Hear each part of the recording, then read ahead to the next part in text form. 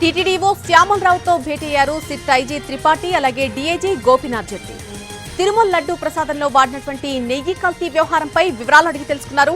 దాదాపు 45 నిమిషాల పాటు ఈవోతో సమావేశమై కల్తీ నెయ్యి వ్యవహారంపై ఆరా తీశారు. టీటీడీఓ శ్యామలరావుతో భేటీ అవ్వడం జరిగింది. సిట్ ఐజీ త్రిపాఠి అలాగే డీఐజీ గోపీనాథ్ జెట్టి ఇద్దరు కూడా తిరుమల లడ్డూ వ్యవహారానికి సంబంధించి తిరుమల లడ్డూ ప్రసాదంలో వాడినటువంటి నెయ్యి కల్తీ వ్యవహారంపై పూర్తిగా వివరాలు అడిగి తెలుసుకున్నారు. ఇద్దరు కూడా దాదాపు 45 నిమిషాల పాటు ఈవోతో సమావేశమయ్యారు. కల్తీ నెయ్యి వ్యవహారానికి సంబంధించి ఇరువురు అధికారులు కూడా ఆరా తీశారు. తిరుపతి ఈస్ట్ పోలీస్ స్టేషన్ లో రిజిస్టర్ అయిన కేసు నంబర్ 470/24 కి ఇన్వెస్టిగేషన్ కోసం సిట్ ఏర్పాటు చేయడం జరిగింది. దాని పరంగా మనం నిన్న ఇక వచ్చాము. వచ్చినాక మన సిట్ కమిటీతో ఒక మీటింగ్ జరిగింది. మీటింగ్ తర్వాత కేసు డైరీకి మనం తీసుకున్నాను, రిక్విజిషన్ ఇచ్చాము. అండ్ ది సేమ్ టైం మన ఐఓ కూడా అపాయింట్మెంట్ చేశాము. ఫర్దర్ దాంట్లో కేసులో స్టడీ చేస్తూ డిఫరెంట్ టీమ్స్ మనం డిఫరెంట్ ప్లేస్ లో కోసం ఇన్వెస్టిగేషన్ కోసం మనం పంపిస్తాము. దానికోసం మన యాక్షన్ ప్లాన్ ఇప్పుడు మనం తయారు చేస్తున్నాము. ఏ ఆస్పెక్ట్స్ మీద ఈ సిట్ ప్రోబ్ ఉంటుంది, స్పెసిఫిక్ ఆస్పెక్ట్స్ మీద ఏమైనా బ్రీఫ్ చేయగలరు? సిట్ లో కంప్లైంట్ మనకేం వచ్చింది ఏఆర్ డైరీలో దాంట్లో కల్తీ నెయ్యి గురించి, దీని గురించి వేరియస్ ఆస్పెక్ట్ లో అన్ని కోణాలతో ఏం జరిగింది, ఎలా జరిగింది మనం టీం ఫామ్ చేస్తూ ప్రతి ఒక్క సబ్జెక్ట్ మీద మనం దర్యాప్తు చేస్తాం. ఇక ఈ భేటీకి సంబంధించి పూర్తి అప్డేట్స్ మా ప్రతినిధి కార్తీక్ లైవ్ లో అందిస్తారు. కార్తీక్, టీటీడీఓ శ్యామలరావుతో ఇద్దరు సిట్ అధికారులు కూడా భేటీ అయ్యారు. ఈ సమావేశంలో ఏ అంశాలపై చర్చించారు? తదుపరి కార్యాచరణ ఏ రకంగా ఉండబోతోంది?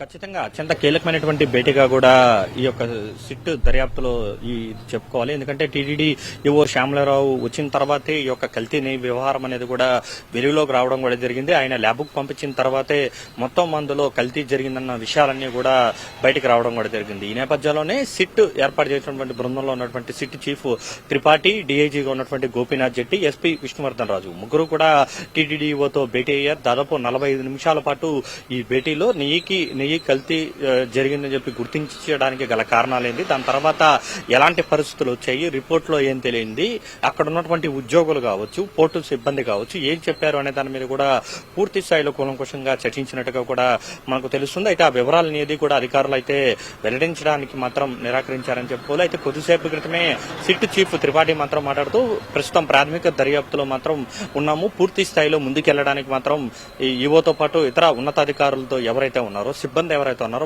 వారందరినీ కూడా ఖచ్చితంగా వారందరితో కూడా ప్రశ్నించేటువంటి అవకాశం ఉంటుంది. పూర్తి స్థాయిలో ఇక తిరుమలలో ఉన్నటువంటి లడ్డూ పోర్టుకు సంబంధించి కావచ్చు, కింద ఉన్నటువంటి నెయ్యి గోడౌన్లు, ఇక టీడీడీ ఏడీ బిల్లింగ్ లో ఏదైతే ఈ టెండర్లకు సంబంధించినటువంటి ప్రక్రియ ఎక్కడైతే జరిగిందో, ఏఆర్ డైరీకి టీటీడీకి ఎలా ఒప్పందం కుదిరింది, ఆ ఒప్పందం తాలూకు డాక్యుమెంట్స్ ఏంటి, దానికి కోసం ఏదైతే ఏఆర్ డైరీకి టెండర్లను అప్పగించడానికి ఎందుకు ఆ యొక్క నామ్స్ అనేది కూడా మార్చారు, నిబంధనలో ఉన్నటువంటి నిబంధనలు ఎందుకు ఇన్నేళ్లుగా ఉన్నటువంటి నిబంధనలు ఈసారి మాత్రమే మార్పు చేయాల్సి వచ్చింది అనేటువంటి అన్నిటి మీద కూడా దర్యాప్తు చేయడానికి 3 భాగాలుగా కూడా సిట్ బృందాలు విడిపోయి ఒక దర్యాప్తు చేపట్టేటువంటి అవకాశం ఉంటుంది. ఖచ్చితంగా ఒక టీం అయితే తిరుపతిలో ఉన్నటువంటి గోడౌను, టీటీడీ పరిపాలనా భవనం, అసలు ఈ టెండర్ అనేది ఎలా వారికి వచ్చింది అనే దానితో పాటు ఇక ల్యాబ్ లో ముఖ్యంగా ఈ యొక్క టెస్టింగ్ సంబంధించి ఆ రోజున 4 ట్యాంకర్లు వస్తే వాటన్నిటిని కూడా తిరిగి వెనక్కి పంపించినటువంటి పాపంలో వాటిని వాడారని చెప్తూ ఉన్నారు.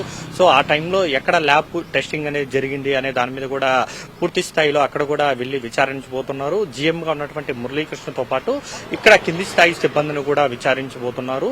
ఇక ఇక్కడి నుంచి కాకుండా తమిళనాడులో ఉన్నటువంటి దిండిగల్ లో ఉన్న ఏఆర్ డైరీకి వెళ్లి అక్కడ కూడా ఓ బృందం అయితే అక్కడ ఉన్నటువంటి ఎండీని కూడా విచారించబోతున్నారు. అక్కడ ఉన్నటువంటి ఇప్పటి వరకు 4 శాంపుల్స్ అనేది కూడా కేంద్ర ఫుడ్ సేఫ్టీ అధికారులు కూడా పూర్తి స్థాయిలో వాటిని శాంపుల్స్ అనేది తీసుకుంటే 4ట్లో కూడా విఫలమైనటువంటి నేపథ్యంలో ఆ 4 డైరీలకు వెళ్తారా లేదంటే అదొకటే వెళ్తారా అనేది కూడా ఆసక్తికరం మారింది. ఈ నేపథ్యంలోనే టీటీడీ ఈవోతో జరిగినటువంటి ఈ సమావేశం అత్యంత కీలకమైనదిగా చెప్పుకోవాలి. దీని ద్వారా ఈ యొక్క దర్యాప్తు పురోగతి అనేది మాత్రం మరింత ముందుకు వెళ్లేటువంటి అవకాశం అయితే ఉంది.